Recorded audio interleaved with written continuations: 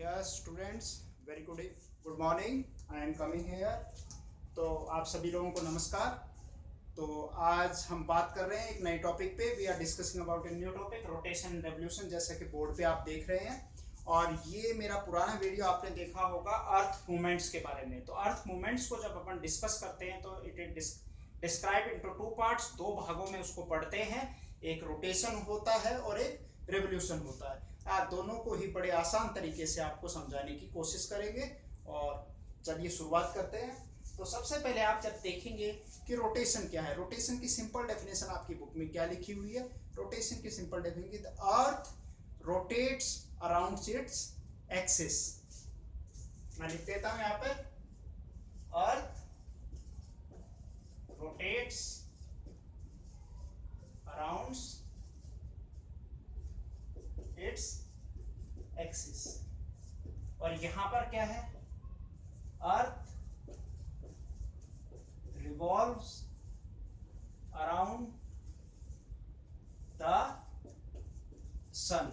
अब आप यहां देखें, दोनों बातें मैंने आपके सामने लिख दी हैं कि अर्थ रोटेट्स अराउंड इट्स एक्सिस, कि पृथ्वी घूम रही है, पर यहां काम किया अराउंड इट, अपने ही एक्सिस पे घूम रही है। और यहां पर अर्थ क्या कर रही है, रिवॉल्व कर रही है। वो कहां घूम रही है, अराउंड द सन। तो ये एक पहली अंतर। तो यहां पर पहली बात अपन ये जान ले कि एक्सिस क्या होता है। एक्सिस क्या है, हिंदी में एक्सिस को क्या कहते हैं, पहले रोटेशन को बता देता हूं, घूर्णन कहते हैं। रिवोल्यूशन को परिभ्रमण कहा जाता है। एक्सिस क्या है, एक्सिस को अक्ष कहा जाता है। मतलब एक्सिस क्या है, axis is a imaginary line. Imaginary line है जो कहां से गुजर रही है, सेंटर ऑफ द अर्थ से गुजर रही है, जिसके एक तरफ नॉर्थ पोल है और एक तरफ क्या है, साउथ पोल है। तो उस एक्सिस के ऊपर क्या है, जैसा कि पिछले लास्ट वीडियो में मैंने दिखाया था कि अर्थ का अपना एक्सिस है जिसपे वो क्या कर रही है, घूम रही है। जैसा कि टॉप लट्टू घूमता है, वो आपने देखा एक एक्सिस पे घूमता है, पर वो घूमते हुए भी क्या करे, फिर बाद में भारी पथ पर, एक्सटर्नल पाथ पर भी क्या करता है, चक्कर लगाता है। तो उसी को अपन यहाँ समझते हैं। तो एक्सिस क्या है, एक्सिस का एक और आप लिख सकते हैं, एक्सिस क्या है, यहां पर जब घूम रही है तो वो क्या है, इसका इंटरनल पाथ है। किसका, अर्थ का। अर्थ का internal path, axis internal path है। और orbit, earth revolves around the sun, और सन में घूम रही है। तो यहां किस पे घूम रही है, एक अपने ऑर्बिट पे घूम रही है। ऑर्बिट क्या होता है, ऑर्बिट एक एक्सटर्नल पाथ होता है, एक्सटर्नल पाथ है। ऑर्बिटल पाथ क्या है, एक्सटर्नल पाथ है।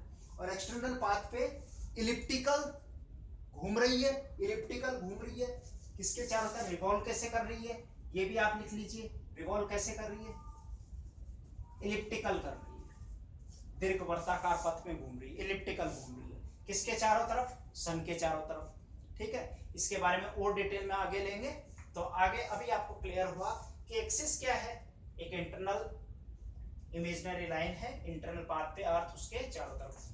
तो एक्सिस में एक और चीज आपको मैं यहाँ बता दूं कि एक्सिस को आप याद करें, एक्सिस पे क्या करती है अर्थ, अर्थ का एक्सिस पे क्या है, अपना एक टिल्ट है। अर्थ अपने एक्सिस पे क्या है, झुकी हुई है। और यहाँ अपने ऑर्बिट पे क्या है, आप यहाँ लिख लें, अपने ऑर्बिट पे उसका क्या है, इंक्लाइनेशन है। टिल्ट मतलब झुका हुआ, इंक्लाइनेशन मतलब उठा हुआ। तो यहाँ एक्सिस पे जब टिल्ट है तो वो टिल्ट कितना है, वो टिल्ट कितना है, वो 23.5 डिग्री का टिल्ट है। और यहाँ इंक्लाइनेशन कितना है, 66, प्लेन ऑफ एक्सिस पे इंक्लाइनेशन कितना है, 66.5 डिग्री का है। ये दोनों जो बातें मैंने यहाँ लिखी हैं ये बड़े इंपॉर्टेंट है। ज्यादातर मोस्ट ऑफ द क्वेश्चंस का जवाब इन्हीं में छुपा हुआ है, यहीं से सवाल पूछे जाते हैं। सिंपल डेफिनेशन तो रोटेशन की आप क्लास 6 में याद कर सकते हैं, पर जब फर्दर इसको डिटेल में पढ़ते हैं, किसी कॉम्पिटिटिव एग्जाम की तैयारी करते हैं, तो क्वेश्चंस यहीं से पूछे जाते हैं। सिंपल एक क्वेश्चन आपसे पूछा जाए कि formation of day and night किससे होते हैं, तो आपका जवाब होगा सर हम बता सकते हैं। Formation of day and night किससे होता है, लिख लीजिए, formation of day and night. Simple सी बात है, ये formation of day and night किससे होता है, रोटेशन से होता है। अगला सवाल, ये तो हमने पिछले वाले टॉपिक में भी पढ़ा था, रेवोल्यूशन से क्या होता है, फॉर्मेशन ऑफ सीजन्स होते हैं और ईयर्स, ठीक है, ऋतुएं बनती हैं और पूरे साल भर में भी प्रक्रिया गुजरती है। The process taken whole year 365 1/4 days का टाइम ये लेता है, ठीक है। तो ये आपके क्लियर हुआ। पर अगर आपसे पूछा जाए कि अर्थ अपने एक्सेस पे टिल्ट जो है वो टिल्ट से क्या होता है, तो आप यहाँ समझ नहीं पा रहे हैं कि टिल्ट क्या है। आपने कभी अगर ग्लोब आपके पास हो, ग्लोब को आप देखें, अभी मेरे पास नहीं है ग्लोब, पर आप देखें ग्लोब को कि ग्लोब जो है, ग्लोब आपको एक स्टैंड पर झुका हुआ मिलेगा। स्टैंड पे क्या होगा, झुका हुआ मिलेगा। तो वो सीधा क्यों नहीं है, मतलब ग्लोब क्या है, globe is generally model of the earth, पृथ्वी का एक क्या है मॉडल है, वो आपको मैंने बताया। पर वो अपने उस पे क्या है, स्टैंड पे टिल्ट है, झुका हुआ है। आप उसको देखना, ठीक है, गूगल पे सर्च करके देखना, आपको क्या होगा, टिल्टेड दिखेगा, झुका हुआ दिखेगा।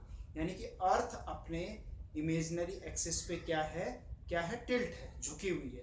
प्लेन ऑफ इक्लिप्स पे क्या है, झुकी हुई है। कितना है वो झुकी हुई, कितनी है 23। तो बड़ा राज है इस चीज में कि झुके हुए होने के कारण ड्यू टू टिल्ट क्या इफेक्ट पड़ता है अर्थ के, ये जो formation of day and night पे, इस पे क्या इफेक्ट पड़ता है।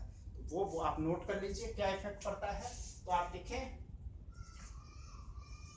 यहाँ पर दिख रहा है आपको, due to the tilt, tilt होने से क्या होता है, it results variation in the duration of day and night. दिन और रात की अवधि में क्या देखने को मिलेगा, आपको अंतर देखने को मिलेगा। यानी कि बड़ी इंपॉर्टेंट चीज है वेरिएशन। वेरिएशन आपको कहाँ देखने को मिलता है, इसी के कारण, स्टिल्ट के कारण आपको क्या देखने को मिलता है, दिन और रात क्या सभी जगह बराबर होते हैं, आप कहेंगे सर होते हैं, कहाँ होंगे वो मैं बता देता हूँ। खाली equal duration of day and night कहाँ होता है, equal duration of day and night, दिन और रात बराबर कहाँ होते हैं, पहला तो होता है इक्वेटर पे। कहाँ पर, इक्वेटर पे होता है। इक्वेटर क्या है, 0 डिग्री है, लैटिट्यूड है, ठीक है, ग्रेट सर्कल है, इसके बारे में नेक्स्ट पढ़ेंगे, ठीक है, इमेजिनरी लाइंस के बारे में। तो इक्वेटर जो है सेंटर ऑफ द अर्थ है, वहां पर क्या होता है, हमेशा दिन और रात क्या होते हैं, यहाँ पर 12 आवर्स का डे होता है और 12 आवर्स का ही क्या होता है, नाइट होती है। बट बाकी जगह और एक और जगह जहां पर भी इक्वल होता है, वो जगह कौन सी है, वो नॉर्थ पोल। कौन सा है, एक नॉर्थ पोल और साउथ पोल, ये दोनों जगह भी इक्वल होता है, पर ड्यूरेशन थोड़ी लंबी होती है। क्या है, नोट कर लीजिए कितनी होती है, यहाँ पर 6 मंथ का, 6 मंथ यानी कि 6 महीने का। अगर एक जगह 6 महीने का क्या होगा, ड्यूरेशन इज 1 टाइम डे, तो अगली जगह 6 महीने का क्या होगा, ड्यूरेशन विल बी नाइट। वहां ड्यूरेशन क्या होगी, 6 महीने का दिन और रात होता है, ठीक है, इसके बारे में डिटेल। तो ये 2 जगह हैं, तो 2 जगह पर भी आपने अगर ये माइंड लगाए, दिमाग लगाए कि यहाँ पर ही ऐसा क्यों हो रहा है और बाकी सब जगह क्या है, वेरिएशन देखने को हमें मिल रहा है। तो वेरिएशन क्यों है उसका मैं जवाब बताता हूँ। वो वेरिएशन किसके कारण, अपन ने पहले भी बात की, 23.5 डिग्री के कारण है। पर यहाँ पर क्या है, अगर आपसे ये सवाल पूछे, ये चीज ये आपने ऊपर से नोट कर लिया होगा, मैं इसको यहाँ से रब कर देता हूँ, ठीक है।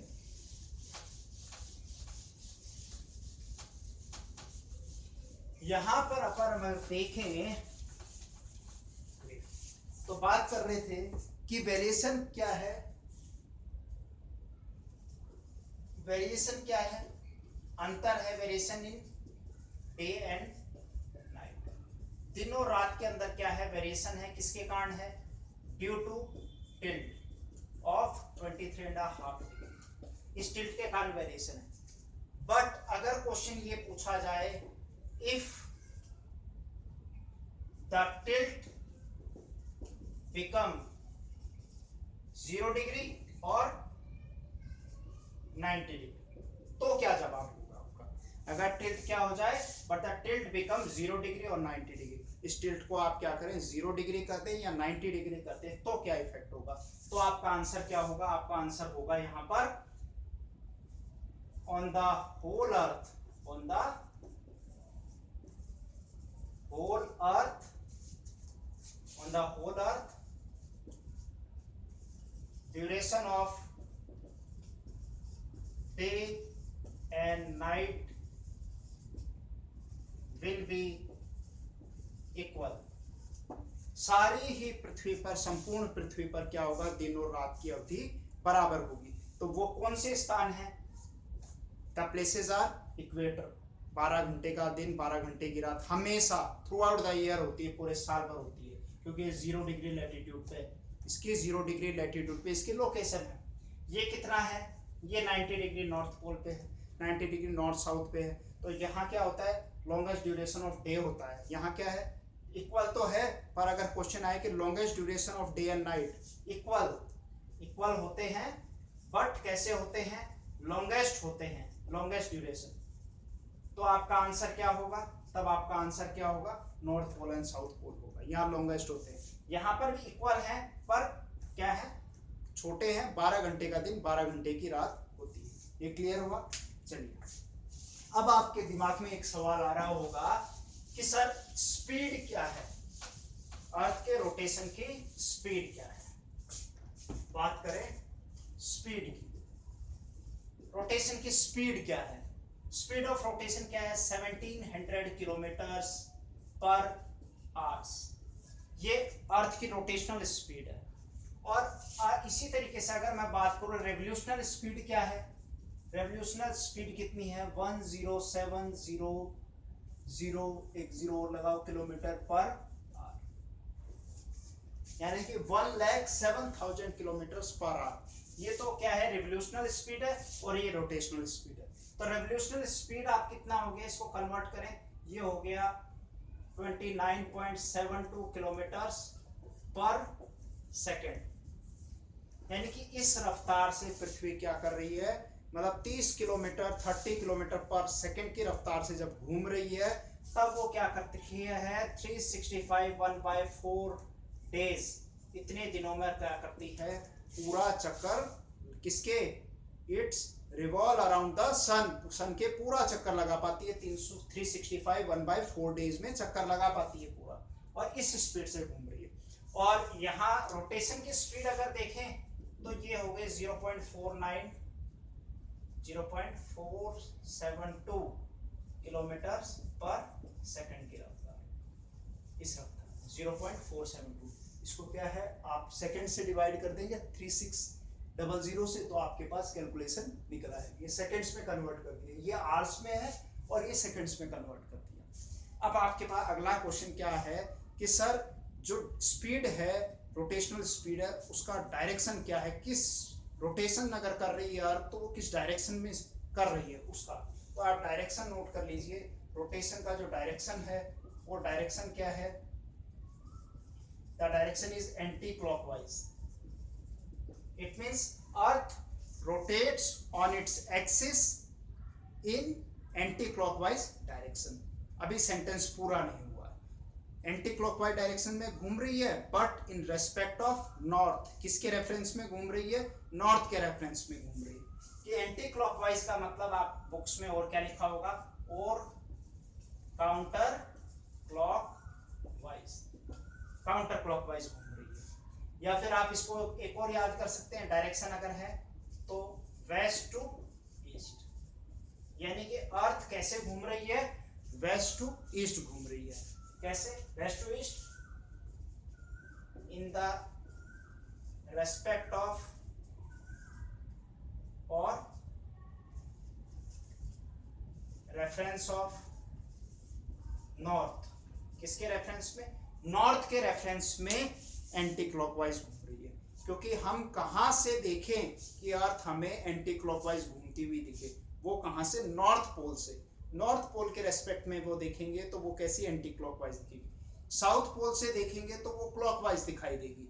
तो हम नॉर्थ पोल के रेफरेंस पे उसको क्या लेंगे, एंटी क्लॉकवाइज इसका डायरेक्शन होता है, it is also known as counter clockwise, और डायरेक्शन क्या हो गया, वेस्ट टू ईस्ट हो गया।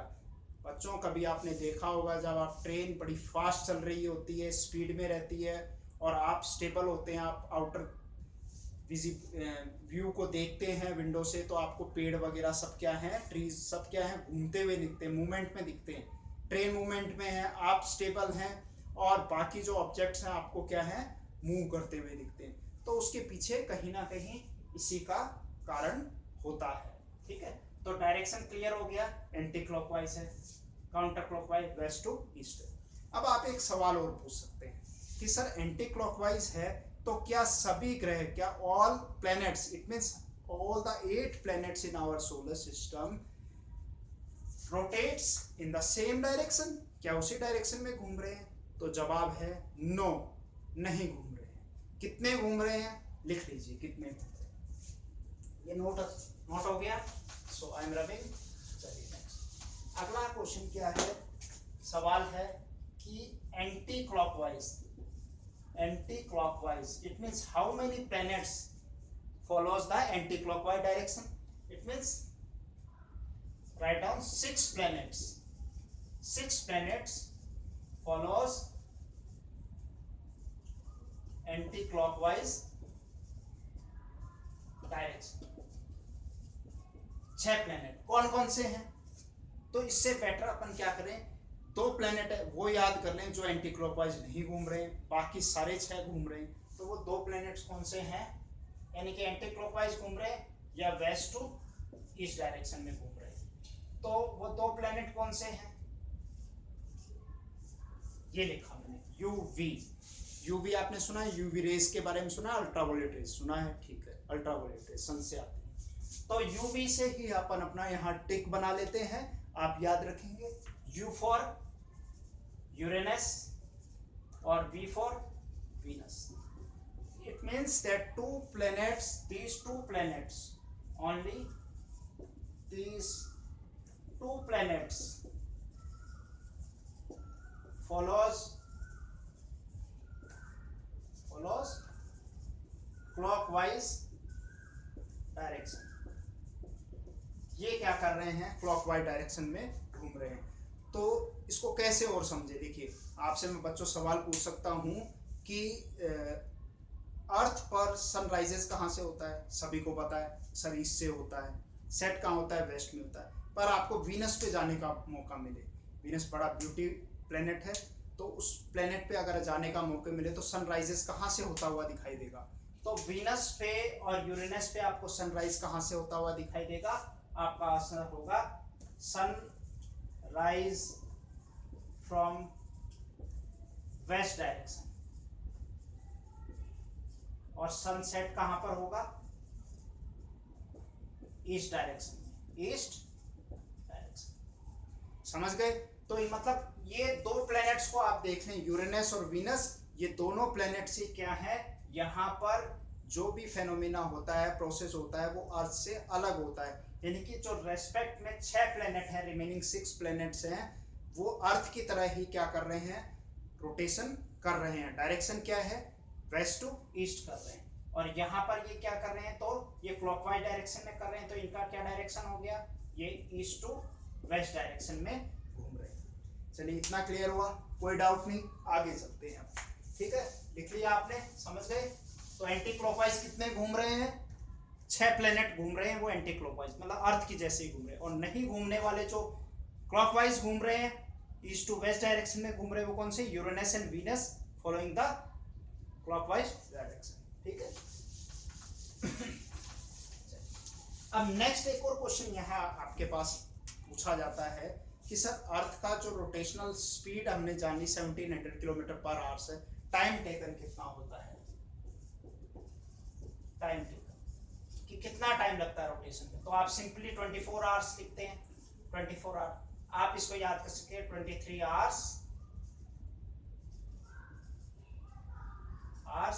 56 मिनट्स एंड 4.09 सेकेंड्स। ये एक्चुअल टाइम है टेकन बाय द अर्थ, जिसको हम राउंड ऑफ करके बुक्स में क्या है 24 आवर्स लिखा रहता है। क्लियर इतना? ठीक है। रेवोल्यूशन के बारे में और डिटेल में बात करेंगे, पर रेवोल्यूशन का टॉपिक बड़ा लंबा है। रेवोल्यूशन में अभी इतना ही जान ले कि रेवोल्यूशन क्या होता है, इलिप्टिकल पाथ में अराउंड द सन होता है। यहाँ कहाँ हो रहा था, एक्सिस पे ही हो रहा था, पर अपने एक्सिस पे अर्थ घूमते हुए भी क्या करती है, रेवोल्यूशन करती है किसके, अराउंड द सन, इन्हें इलिप्टिकल पाथ में घूमती है। तो इस इलिप्टिकल पाथ में घूमने के कारण बहुत सारे चेंजेस, फेनोमेना आते हैं, जिनको हम नेक्स्ट क्लास में पढ़ने वाले हैं, जिसमें पेरिहिलियन, एपिहिलियन के बारे में डिस्कस करेंगे। डिस्टेंस, क्योंकि जब भी कोई चीज इलिप्टिकल पाथ में घूमती है तो उसमें क्या होता है, इलिप्टिकल का मतलब होता है दीर्घ वर्ताकार पथ। पहले ही मैंने बताया कि अर्थ की शेप क्या है, इलिप्सॉइड है, तो वो इलिप्टिकल पाथ में घूमने के कारण ही बनी है। तो उसके रेस्पेक्ट में घूमने से क्या चेंजेस होने को दिखने को मिलते हैं, मतलब कई बार क्या होता है, in sometime the earth is very near to the sun and sometime the earth is very, so it means very near to the sun, और sometime is very far away from the sun. तो बड़ी कई बार तो नजदीक आती है, कई बार दूर चली जाती है। तो उसी को हम पेरिहिलियन एंड एपोजी के बारे में नेक्स्ट क्लास में डिस्कस करेंगे। और नेक्स्ट क्लास में डिस्कस करेंगे हम इसी से सीजन्स के बारे में भी डिटेल में पढ़ेंगे, डिफरेंट सीजन्स की बात करेंगे। एक जाते जाते एक सवाल का जवाब और दे जाते हैं। अगर कभी आपके जहन में ये आए कि सर जो अर्थ की रोटेशनल स्पीड है, यानी कि रोटेशनल जो स्पीड है वो मैक्सिमम कहाँ पर है, अगर ये क्वेश्चन आ जाए कि अर्थ की रोटेशनल स्पीड मैक्सिमम कहाँ पर है, तो नोट कर लीजिए। बता सकते हैं, मैं बताता हूँ आपको। मैक्सिमम स्पीड, अर्थ की रोटेशनल स्पीड कहाँ, वो मैक्सिमम स्पीड कहाँ पर है, ऑन द इक्वेटर। इक्वेटर पे मैक्सिमम स्पीड कितनी है, 1700 किलोमीटर पर आवर्स, यानी कि 1700 घंटे, एक घंटे में 1700 किलोमीटर घूम रही है अर्थ। कहाँ पर, इक्वेटर पे, अर्थ के सेंटर पार्ट पर, 0 डिग्री लैटिट्यूड्स पे घूम रही है। और अगर आप ये देखें, जीरो स्पीड कहाँ है, zero, near to zero, near to zero. Zero speed कहाँ पर आपको देखने को मिलेगी, इसका जवाब होगा ऑन द पोल्स। पोल्स पे आप जाएंगे तो वहां पर आपकी स्पीड क्या होगी, बिल्कुल जीरो रहेगी। तो अगला सवाल एक और बन सकता है कि अर्थ की हाफ स्पीड कहाँ रहेगी, हाफ स्पीड, हाफ स्पीड रहेगी कितनी, 60 डिग्री पर। हाफ स्पीड कितने पे रहेगी, 60 डिग्री पर रहेगी, ना कि 45 डिग्री पे रहेगी। इसका रीजन क्या है, due to earth tilt, tilt है 23.5 डिग्री, टिल्ट होने के कारण वो 45 नहीं है आंसर, वो आंसर कितना है, 60 डिग्री पर क्या रहेगी, हाफ स्पीड। इट मींस यहाँ पर अर्थ कितना घूम रही है, 850 किलोमीटर पर आवर की स्पीड पर घूम रही है। क्लियर। तो ये एक क्वेश्चन और बचा हुआ था। तो टोटल क्वेश्चंस हमने डिस्कस किया, रोटेशन के डेफिनेशन देखी, रोटेशन के कितना टाइम टेकन होता है, डायरेक्शन क्या होता है, क्या ड्यूरेशन है, एक्सिस पे टिल्ट कितना है, उसके बारे में जाना। और नेक्स्ट क्लास में हम रेवोल्यूशन को बड़े डिटेल में लेने वाले हैं, सीजन्स के बारे में देखेंगे। तब तक साथ जुड़े रहिए। Lockdown for covid, not for your studies. तो इसी के साथ जय हिंद, नमस्कार। फिर मिलेंगे आपके साथ नए टॉपिक के साथ, तब तक जुड़े रहिए।